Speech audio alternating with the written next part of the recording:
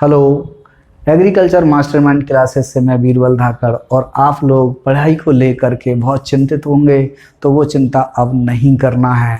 अब आपके लिए मैं ले आया हूँ एडटेक पैनल, बढ़िया वाला शानदार, जिस पे अपन लोग लाइव क्लास देखेंगे और आपका पूरा कोर्स भी होगा। अब आएगा मज़ा पढ़ने में, ठीक है ना। तो मेरे सभी एग्रीकल्चर छात्रों से निवेदन है कि आप लगातार रेगुलर मेरी लाइव क्लास देखते रहें, है ना। और नोट्स बच्चों से ले लें, इनसे टीचर से ले लें।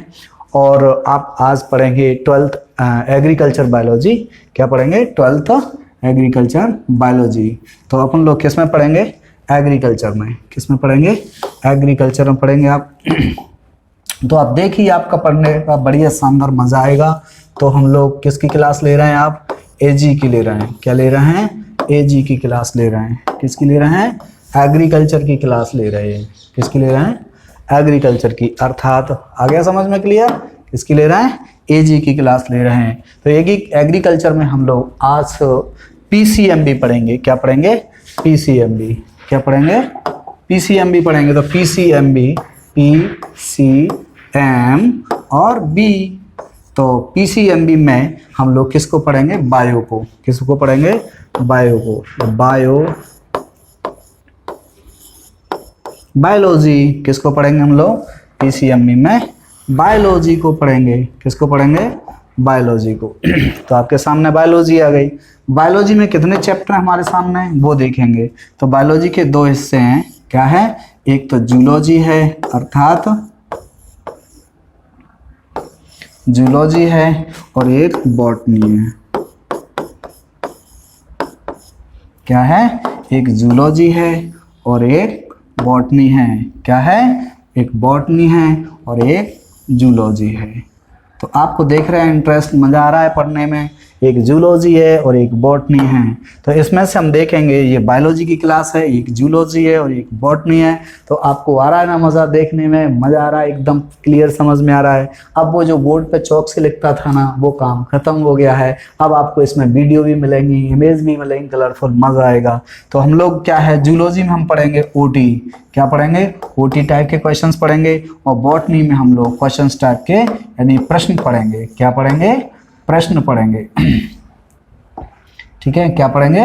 प्रश्न पढ़ेंगे। अब तो प्रश्न वाला सवालों को हम पहले हल करेंगे और ओटी वाली फाइल में अलग से दूंगा। तो इसमें सारी जो बोर्ड में ओटी आती हैं वो सब सॉल्व हो जाएंगी। अर्थात 20 की 20 ओटी आपको सॉल्व कराने की मेरी गारंटी है, पूरा सॉल्व हो जाएगा। और हमारे जो बायोलॉजी आएगी, पूरे क्वेश्चंस ऑन द नोट्स आपको मिलते हैं। आज 20 साल से मैं देख रहा हूं कि जो नोट्स में लिखे हैं सारे क्वेश्चंस उसमें 12th बोर्ड क्लास में आते हैं। तो आपको थोड़ी सी मेहनत में, मात्र 25% मेहनत में केवल 85% बनाइए, कम से कम। ऊपर चाहे इतनी बनाइए। और सिद्धराज सरकार से या मध्य प्रदेश सरकार के 25,000 जीतो। क्या करो? 25,000 जीतो। बस सर को थोड़ी सी फीस दे दो और 25,000 जीतो आराम से। ये मेरी गारंटी, आप 25,000 जीतेंगे, है ना। तो 90% लड़के 25,000 जीतते हैं। तो क्यों जीतते हैं? क्योंकि पढ़ने का मजा देखिए, एक बार में याद आपको होता चला जाएगा। तो हमारे पास हमने पहले अरेंजमेंट किया दिमाग में कि सबसे पहले हम क्या पढ़ रहे हैं? 12th बायोलॉजी एग्रीकल्चर में एजी की पढ़ रहे हैं हम लोग। क्या पढ़ रहे हैं? एजी। और इसमें एजी में हम पढ़ रहे हैं पीसीएमबी, और पीसीएमबी में हम पढ़ रहे हैं बायोलॉजी। बायोलॉजी में हम क्या है, दो हिस्से होते हैं, एक जूलॉजी होती है और एक बॉटनी होती है। तो जूलॉजी में से हम ऑब्जेक्टिव फाइल पढ़ेंगे और बॉटनी में से क्वेश्चन फाइल पढ़ेंगे। तो इसमें से हम लोगों को 85% बनाने की मेरी गारंटी है, आप टेंशन न लें, ठीक है। तो अब आपको मैं देख रहा हूं यहां से बॉटनी में क्या चीज पढ़ना है। तो मैं आपको एक प्लांट बना के बताता हूं, ठीक है। तो अब हम देखेंगे कि एक प्लांट्स क्या काम करता है, और आप बस देखते रहिए, मस्त। तो सबसे पहले मैंने आपको यहां पर एक प्लांट्स को बनाया है। क्या बनाया है? प्लांट्स को। देखिए, दिख रहा है प्लांट्स? नहीं दिख रहा, देखो दिखेगा आपको। ये बना दिया मैंने प्लांट्स, ठीक है। और ये हो गई मृदा और ये हो गई इसकी जड़ें, ठीक है।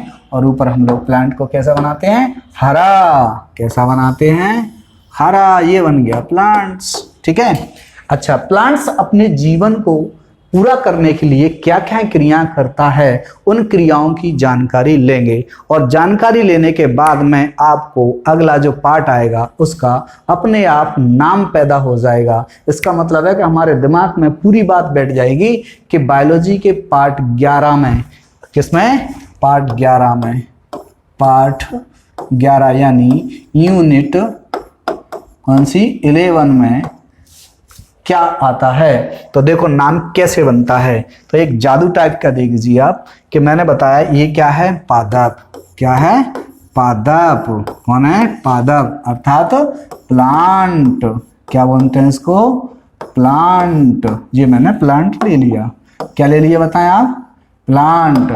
क्या ले लिया, प्लांट। देखिए आप, तो प्लांट ले लिया। प्लांट्स वर्क क्या करता है, काम क्या करता है, बस ये जानना हमें कि क्या क्या काम करता है।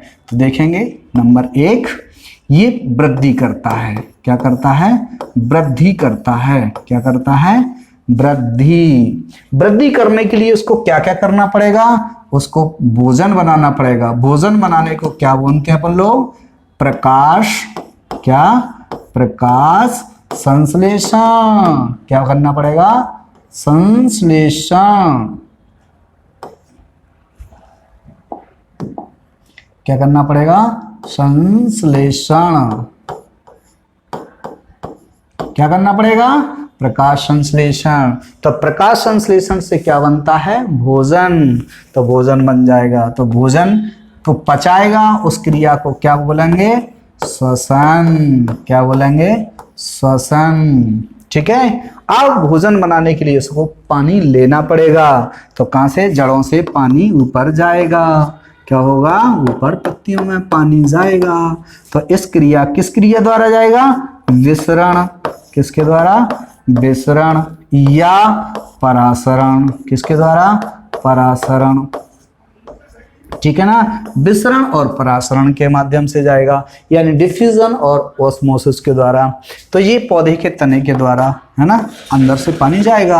अब ऊपर पानी जाएगा तो क्या होगा, बाष्पोत्सर्जन भी होगा। क्या होगा, बाष्पोत्सर्जन। क्या होगा, बाष्पोत्सर्जन भी होगा। ठीक है, बाष्पोत्सर्जन भी होगा। और क्या होगा, श्वसन भी होगी, है ना, प्रकाश संश्लेषण होगी, वृद्धि होगी, विसरण होगा, परासरण होगा। और क्या क्या होगा इसका, देखो जरा।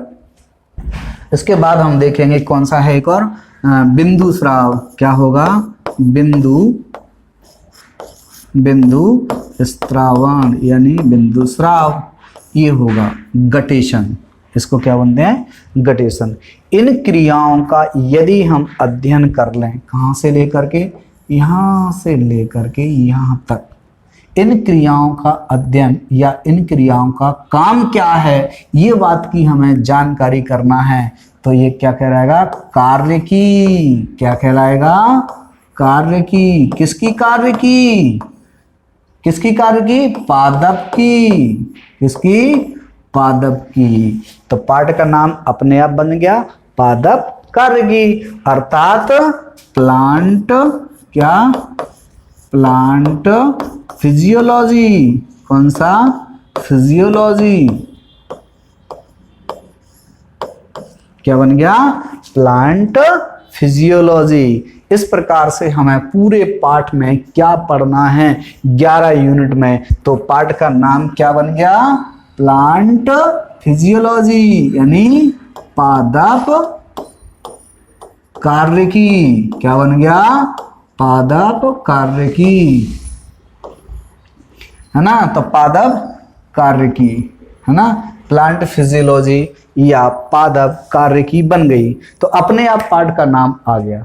तो प्लांट फिजियोलॉजी यानी पादप कार्य की पढ़ना है। तो पादप कार्य की में क्या क्या चीज पढ़ना है हम देखेंगे। वृद्धि पढ़ना है, प्रकाश संश्लेषण, श्वसन और बाष्पोत्सर्जन, बिंदु स्राव, परासरण और विसरण। फिर इनमें अंतर, प्रकाश संश्लेषण में अंतर, बाष्पोत्सर्जन और बिंदु स्राव में अंतर, परासरण और विसरण में अंतर। अपने आप आंसर बनने लगे, अपने दिमाग से बनने लगा, यूं फटाफट। क्या होने लगा कि पूरा पाठ यहीं से बनना है। तो फिर प्रकाश संश्लेषण को प्रभावित करने वाले कारक, फिर श्वसन को प्रभावित करने वाले कारक, फिर वृद्धि को प्रभावित करने वाले कारण, फिर बाष्पोत्सर्जन को प्रभावित करने वाले कारक, फिर बिंदु स्राव का, इसी प्रकार से यूं आंसर बनने लगेंगे धड़ाधड़। ठीक है, तो मैं अब आपको अगला बताता हूं। एक चीज ले लेते हैं हम, तो जैसे कि अपन लोग क्या ले लेते हैं, बाष्पोत्सर्जन। तो कैसे होता है वो जानेंगे हम लोग। ठीक है, तो अब आपको देखेंगे, मान लो ये कोई प्लांट है, ये है ना, ये देखिए ये प्लांट है और ये क्या है, मिट्टी है और सॉइल है। और इसमें यहां से हम देखेंगे इसमें क्या भरा हुआ है, ये लो। ठीक है, अब यहां से हम देखेंगे कि इसकी जो शाखा है, क्या है, शाखा है वो ऐसे, और ये देखिए ऐसे, है ना। और यहां से हम देखेंगे कि ये पत्ती अपना भोजन के लिए बाष्पोत्सर्जन कैसे करती है, ये देखेंगे। अब देखिए आराम से, ये लो पत्ती।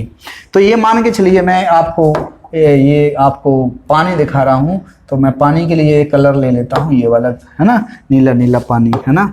तो देखिए ये पानी ऐसे जाएगा, ऐसे ऐसे ऐसे ऐसे ऐसे ऐसे, ये गया और पत्ती में भर जाएगा। क्या होगा, पत्ती में ये पानी भर जाएगा।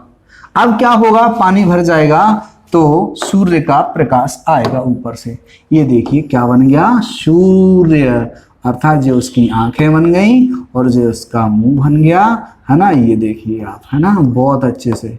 अब देखो सनशाइन इस पे आएगी और पानी बाष्प बन के उड़ेगा। क्या होगा, पानी बाष्प बन के उड़ेगा। तो कहां से उड़ेगा, कहां से निकलेगा, तो पत्ती के निचले सतह पर छोटे छोटे रंध्र पाए जाते हैं। क्या पाए जाते हैं, रंध्र, अर्थात स्टोमेटा। क्या पाए जाते हैं, स्टोमेटा। देखिए आप स्टोमेटा, तो स्टोमेटा के द्वारा क्या होगा, बाष्प बाहर निकलती है। तो अब हम देख रहे हैं कि सूर्य का प्रकाश पत्ती पड़ेगा, जल बाष्प में बदलेगा। क्या होगा, जल बाष्प में बदलेगा और बाष्प रंध्रों के द्वारा बाहर निकलेगी। तो देखो क्या बनता है, तो रंध्रों से क्या निकल रहा है बताएं आप, बाष्प। क्या निकल रही है, बाष्प, है ना।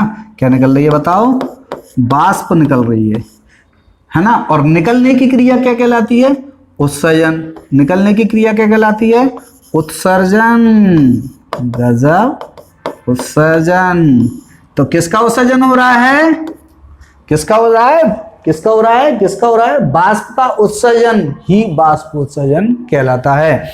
अर्थात बाष्पोत्सर्जन शब्द दो शब्दों से मिलकर बना हुआ है। अर्थात बाष्प पत्ती से निकलेगी, उस घटना को ही हम बाष्प उत्सर्जन कहेंगे। तो अंदर से बाहर निकलने की क्रिया उत्सर्जन है, और उत्सर्जन में क्या निकल रहा है, बाष्प, इसलिए इसका नाम बाष्पोत्सर्जन है। अब हम कहेंगे कि बाष्पोत्सर्जन क्या है, तो यहां पर हम लोग प्रश्न बना सकते हैं। क्या प्रश्न बना सकते हैं कि बाष्प उत्सर्जन क्या है ना, बाष्पोत्सर्जन, है ना, बाष्पोत्सर्जन क्या है। तो आंसर देंगे हम लोग, क्या है, बाष्पोत्सर्जन क्या है। तो आंसर देंगे कि पत्ती की मेसोफिल कोशिकाओं से, पत्ती किसकी बनी हुई है, मेसोफिल कोशिकाओं की। तो मेसोफिल कोशिकाओं से जल बाष्प बन करके, क्या बन के, बाष्प बन करके रंध्रों द्वारा, रंध्र माने स्टोमेटा द्वारा वायुमंडल में बाहर निकलना। पत्ती के बाहर क्या है, वायुमंडल। क्या है, वायुमंडल। तो वायुमंडल में बाहर निकलने की क्रिया क्या कहलाती है, बाष्प उत्सर्जन कहलाती है। इस प्रकार से देखिए क्या परिभाषा बनती है, बाष्पोत्सर्जन क्या है। तो पत्ती के अंदर की मेसोफिल कोशिकाओं से, कहां से, मेसोफिल कोशिकाओं से, मेसोफिल कोशिकाओं से जल बाष्प बन के वायुमंडल में बाहर निकलना, क्या, वायुमंडल में बाहर निकलना क्या कहलाएगा, बाष्पोत्सर्जन कहलाएगा। आंसर आ गया अपने आप, आया कि नहीं आया, ये देखिए। तो पत्ती के अंदर से जल बाष्प बन करके बाहर निकलना, कहां बाहर, वायुमंडल में, क्या कहलाएगा, बाष्पोत्सर्जन। अब आप नोट्स उठाइए और पढ़ के देखिए क्या लिखिए। आंसर यूं याद हो गया फटाफट, क्या हो गया, यूं याद हो गया कि बाष्पोत्सर्जन होता क्या है। तो पत्तियों के द्वारा जल बाष्प वायुमंडल में बाहर निकलने की घटना ही बाष्पोत्सर्जन कहलाता है। अब प्रश्न बनता है कि बाष्पोत्सर्जन को प्रभावित करने वाले कारक कौन से हैं, बाष्पोत्सर्जन को प्रभावित करने वाले कारक कौन से हैं। तो यहां प्रश्न बना सकते हैं हम लोग। प्रश्न क्या बन सकता है कि बाष्पोत्सर्जन को,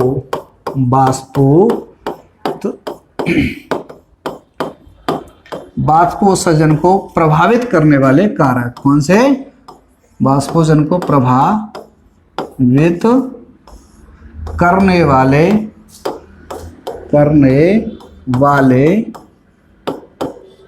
कारक। कौन से कारक? तो अब हम इसमें देखेंगे कि दो शब्द आ रहे हैं। वाष्पोत्सर्जन तो हमारा क्लियर हो ही गया, ये तो हमने पढ़ ही लिया है। अब आता है प्रभावित करने वाले कारक। तो प्रभावित और कारक, ये दो फैक्टर और इफेक्टर, इन दोनों की बात कर लें तो पूरा आंसर बन जाएगा। अब समझो प्रभावित का मतलब, यानी अपनी रोज क्लास चल रही है और अब कारणवश अभी लाइट जल रही है, लाइट चली जाए तो बोर्ड पर पढ़ पाएंगे नहीं, तो हमारा काम प्रभावित हो जाएगा। इसके लिए मैं आपको एक अलग से डायलॉग बनाता हूँ मस्त वाला, जरा देखो, ये हमेशा काम आएगा, चाहे फिजिक्स हो, चाहे केमिस्ट्री हो, चाहे बायोलॉजी हो, बायोलॉजी में चाहे कोई सा भी पार्ट हो। प्रभावित करने वाले कारक का मतलब क्या होता है ये जानेंगे। मान लो एक व्यक्ति साइकिल से जा रहा है और उसकी रफ्तार 10 किलोमीटर प्रति घंटा से है। यदि उस व्यक्ति को थोड़ा ढलान मिल जाए, क्या मिल जाए? ढलान, तो उसकी गति बढ़ जाएगी ऐसे, और जब ढलान खत्म हो जाएगा तो धीरे धीरे वह अपनी रफ्तार से चलने लगेगा। सही है। अब देखो फिर से, अब वो जब ढलान थी तो बड़ा स्पीड बढ़ गई, तो अब ढलान चढ़ना भी तो है। जब ढलान चढ़ेंगे हम लोग, मतलब ऊपर चढ़ाई चढ़ेंगे, तो स्पीड कम होने लगेगी। क्या होने लगेगी? स्पीड कम होने लगेगी, और एक स्थिति ऐसी आएगी कि हमारी चढ़ाई खत्म हो जाएगी और ये स्पीड वही 10 किलोमीटर की चलने लगी। तो एक व्यक्ति की ऊंचाई की वजह से, किसकी वजह से? ऊंचाई की वजह से उसकी गति प्रभावित हुई। जब ढलान मिला गति बढ़ गई, जब ढलान चढ़ाई को पड़ी तो ढलान घट गई। ये इस तरह की घटना हुई। यही घटना हमें देखना है कि वाष्पोत्सर्जन कैसे प्रभावित होता है। जैसे एक व्यक्ति की जो है गति प्रभावित हुई साइकिल की, उसी प्रकार से होगी। अब मैं मान लेता हूं कि वाष्पोत्सर्जन को प्रभावित करने वाले कारक, तो जैसे गर्म हवा। अब हमें पता है गर्म हवा या गर्मी पड़ रही है, तो क्या? तो गर्म हवा यानी गर्मियों के दिनों में, कब? गर्मियों के दिनों में जब तेज हवा चलती है तो पत्तियां ज्यादा पानी उड़ाती हैं, और जब रात्रि हो जाती है तो पानी कम उड़ाती हैं। तो ज्यादा और कम की बात ध्यान देना है। तो दिन में क्या होगी? ज्यादा वाष्पोत्सर्जन होगा। कैसा होगा? ज्यादा। और रात्रि में कैसा होगा? कम। अब हम कहते हैं कि गर्मियों में गर्म हवा चलती है तो गर्मियों में ज्यादा वाष्पोत्सर्जन होगा, सर्दियों में कम होगा। पौधे को ज्यादा पानी मिलेगा, ज्यादा उड़ाएगा, कम पानी मिलेगा, कम उड़ाएगा। ये अपने आप आंसर आने लगे इससे देखते ही। क्या शानदार बात आ गई। तो ऐसे ही प्रभावित करने वाले कारक में हवा, क्या ले ली हमने? हवा। तो आप देखिए यहां से मैं क्रमवार लिखता हूं। नंबर 1 क्या लिखता हूं? क्रमवार लिखता हूं मैं। क्या लिख रहा हूं? क्रमवार। ठीक है। तो क्रमवार प्रभावित करने वाले कारक नंबर 1 हवा। आप ये देखिए कि तेज हवा चलेगी तो पत्तियों से पानी कैसा होगा? ज्यादा उड़ेगा, और हवा रात्रि में बंद हो जाती है तो पानी कम उड़ेगा। तो जब ज्यादा हवा चलेगी तो ज्यादा पानी उड़ेगा, तो प्रभावित हो रहा है कि नहीं हो रहा? और कम हवा चलेगी तो कम पानी उड़ेगा। ये हुआ। नंबर 2 तापमान। तापमान का मतलब क्या है? गर्मी। तो तापमान ज्यादा होगा, पत्तियों पे ज्यादा सूर्य का प्रकाश पड़ेगा तो पानी ज्यादा भाप बनेगा तो ज्यादा उड़ेगा। और कम, जैसे कि रात्रि में क्या होगा? ठंड हो जाती है तो रात्रि में क्या हो जाएगा? कम हो जाएगा। तो ये होगा दूसरा। एक हवा, तापमान। अब आता है नंबर 3 पानी। यदि हम देखेंगे पानी, पौधे को ज्यादा पानी मिल रहा है, ज्यादा उड़ाएगा। यानी पिताजी ने आज खूब पैसे दे दिए, खूब खर्चे हो रहे हैं, और जब पैसे आज है नहीं तो खर्चे कम हो गए अपने आप। तो वही स्थिति है कि पानी पौधे को खूब मिल रहा है तो खूब पानी उड़ाएगा, जब पानी मिलना कम हो जाएगा तो वाष्पोत्सर्जन की दर भी कम हो जाएगी। तो ये हम देख रहे हैं हवा, तापमान, पानी, और कौन सा आ गया हमारे पास? दिन की अवधि। दिन की अवधि का मतलब क्या हुआ कि दिन 2 घंटे निकलेगा या 10 घंटे निकल रहा है। 10 घंटे निकलेगा तो ज्यादा वाष्पोत्सर्जन होगा, और 2 घंटे ही धूप निकली तो कम वाष्पोत्सर्जन होगा। ठीक है ना। तो ये सब है, हवा है, तापमान है, पानी है, दिन की अवधि है, और उसके बाद कौन है? सूर्य प्रकाश। ये अवधि में ही आ गया। अब इस प्रकार से हम देख रहे हैं कि हवा, तापमान, पानी ये सब पौधे से बाहरी हैं, के अंदर के हैं, बाहर के हैं, तो ये सब क्या कहलाएंगे? बाहरी कारक। कौन से? बाहरी कारक। कौन से कारक हैं? ए नंबर बाहरी कारक। कौन से वाले हैं? ए नंबर बाहरी कारक, ये लो। और बी नंबर आंतरिक कारक। आंतरिक कारक, शाबाश, ये हो गए आंतरिक कारक। आंतरिक कारक का मतलब पौधे के अंदर की बात। तो पौधे के अंदर कौन होते हैं वो देखेंगे हम लोग। स्टोमेटा। कौन से होते हैं? रंध्र। रंध्र पत्ती में छिद्र ज्यादा होंगे यानी स्टोमेटा ज्यादा होंगे तो क्या होगा? पानी ज्यादा उड़ेगा। जैसे कि एक टंकी है और उसमें हमने बहुत सारे छेद कर लिए, पानी खोलेंगे हाल खुल जाएगा, और कम छिद्र होंगे तो कम खुलेगा। तो ये रंध्र पत्ती के अंदर होने वाले छिद्र होते हैं। ज्यादा छिद्र होंगे तो क्या होगा? ज्यादा वाष्पोषण होगा, सही है, और कम होंगे तो कम हो जाएगा। तो ये अपने आप हर जगह हर पॉइंट पर लागू हो रहा है कि नहीं हो रहा है ये फॉर्मूला? मजा आया कि नहीं आया? एक बार में आंसर आ गया अपना हर आंसर पे। तो इसका मतलब ये है कि आप एग्जाम में भूलोगे नहीं। बस ये वाली लाइन, इस बीरबल धाकड़ वाली लाइन, यानी बीरबल और क्या अपन एक और क्या कह सकते हैं? हेल्पलाइन। BH लाइन को बीरबल हेल्पलाइन, अर्थात दिमाग की हेल्पलाइन को यूज करो, आंसर अपने आप आते जाएंगे। तो परीक्षा में भूल नहीं सकते हम लोग। क्या नहीं कर सकते? भूल नहीं सकते, क्योंकि एक लाइन कह रही है कि हमने क्या डाल दिया? हवा। तो हवा ज्यादा चलेगी तो ज्यादा पानी उड़ेगा, कम चलेगी कम पानी उड़ेगा। तापमान ज्यादा होगा वाष्पोषण ज्यादा होगा, तापमान कम होगा वाष्पोषण कम होगा। पानी ज्यादा होगा ज्यादा उड़ेगा, पानी कम होगा कम उड़ेगा। दिन की अवधि अधिक होगी यानी ज्यादा दिन, पूरे दिन धूप रहेगी तो ज्यादा पानी उड़ेगा। दिन की अवधि कम रही तो कम पानी उड़ेगा। आपका हर पॉइंट लागू हुआ है कि नहीं हुआ? मजा आ गया एक बार में। अब आता है रंध्र पे, देख लेते हैं आंतरिक कारक। ये पेड़ के अंदर की बात है, तो हम बात करेंगे रंध्र में छिद्र ज्यादा होंगे, पत्ती बड़ी होगी तो ज्यादा होंगे। तो बड़ी पत्ती क्या करेंगी? ज्यादा पानी उड़ाएंगी, है ना। अब आता है अगला क्यूटिकल की परत। किसकी परत? क्यूटिकल की परत। तो देखो क्यूटिकल की परत,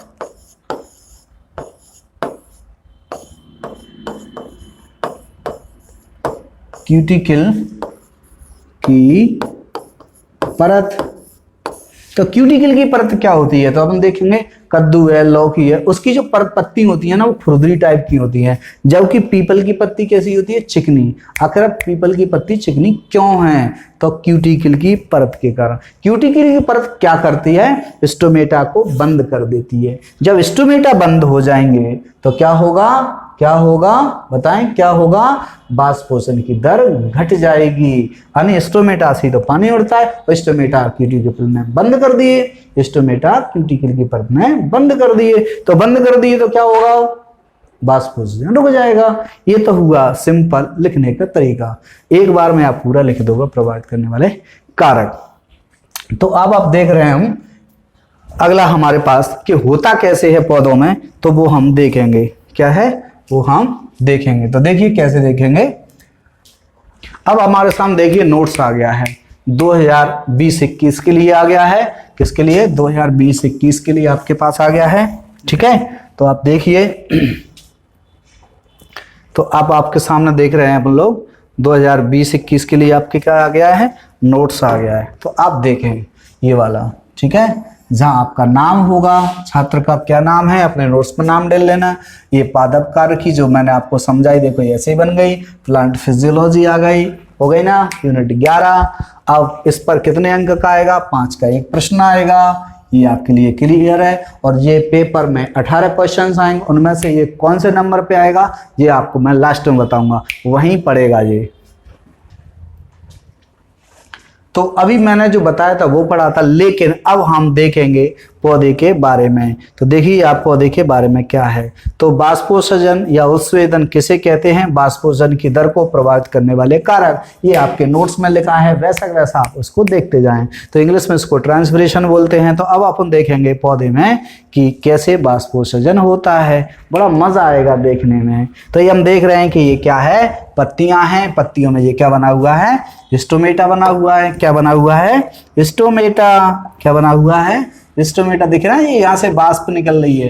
क्या निकल रहा है? ये बाष्प, है ना। देखिए क्या हो रहा है, उत्सर्जन जो दिखाई दे रहा ना, ये छिद्र छिद्र दिखाई दे रहा ना गोल गोल, ये देखिए, ये देखिए गोल गोल गोल गोल, ये हैं स्टोमेटा। देखिए क्या है ये, स्टोमेटा। और जो सफेद नीली नीली जो भाप दिखाई दे रही है वो बाष्प निकल रही है, एवापोरेशंस। ठीक है ना। अब देखिए साथियों, आज आपको इतना इंटरेस्टिंग मजा आएगा पढ़ने में कि ऐसा आज में एग्रीकल्चर के छात्रों ने कभी देखा है, ऐसा नहीं देखा। अब याद 75% अपने आप हो जाएगा, मेरी गारंटी है। तो ये पत्तियां हैं, पत्तियों से मैंने पत्तियों को बड़ा करके देखा है, बड़ा करके देखा तो ये देखो कैसे पानी निकल रहा है स्टोमेटा से। कैसे निकल रहा है, स्टोमेटा से।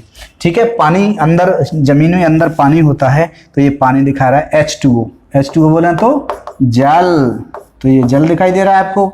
ये जल जा रहा है ऐसे ऐसे ऐसे ऐसे, नीला नीला नीला, ये गया ना, देखो ये है ना, ऊपर के लिए जी जा रहा है, ये देखिए। अब ये यहाँ जो दिखाई दे रहा है कि जल कैसे जाता है, तो ये देखिए जल H2O, कई का सूत्र है ये, जल का सूत्र H2O। किसका सूत्र है, जल का। तो जल ऐसे पत्तियों में जाता है और ऊपर जाके पानी बाहर वायुमंडल में निकल रहा है। इस घटना को बाष्प प्लस उत्सर्जन, क्या, उत्सर्जन, ये लो, बाष्प धन उत्सर्जन बराबर बाष्पोत्सर्जन।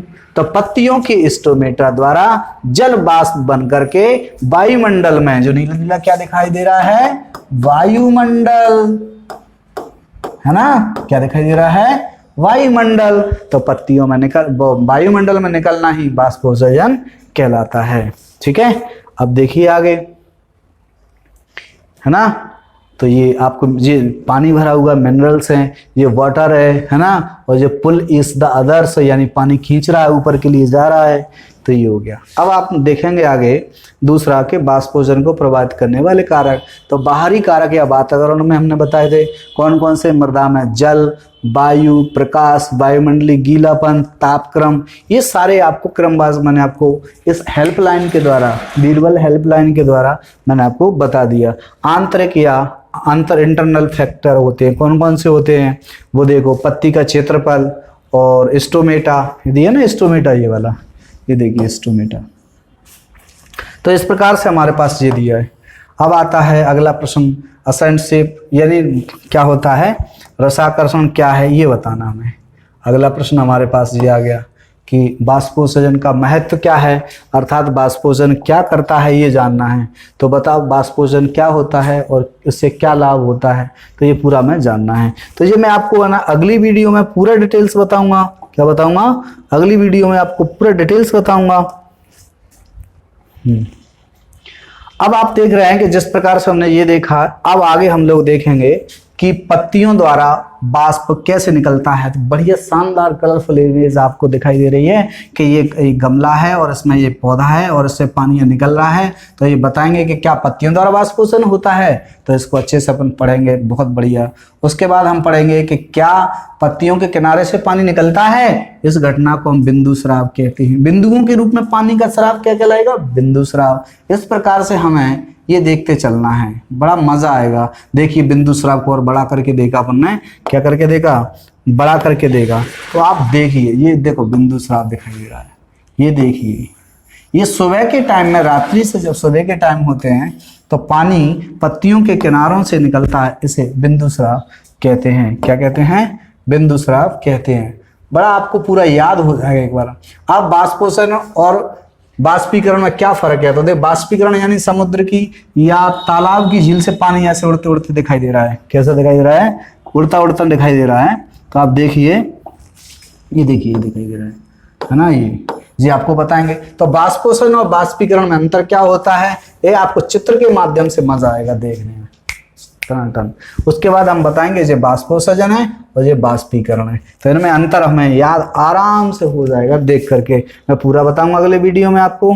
उस प्रकार से हमारे पास ये विसरण और परासरण कैसे होते हैं वो आपको बताऊंगा, है ना। इसी प्रकार से हम नोट्स में जो आपका मैं जो पढ़ा रहा हूँ वही नोट्स आपके पास भी होगा। तो कुछ भी नहीं करना, ना ही लिखना है और ना ही कुछ करना है, ना गलती होगी आपसे। तो अगला जो है कैसे कैसे ये परासरण विसरण होते हैं, तो ये घटना आपको देखने को मिलेगी। ये छुई है, इससे पानी कैसे काम करता है ये बताएंगे आपको। फिर इस प्रकार से आगे बताते जाएंगे और अगली वीडियो आप देखते रहना।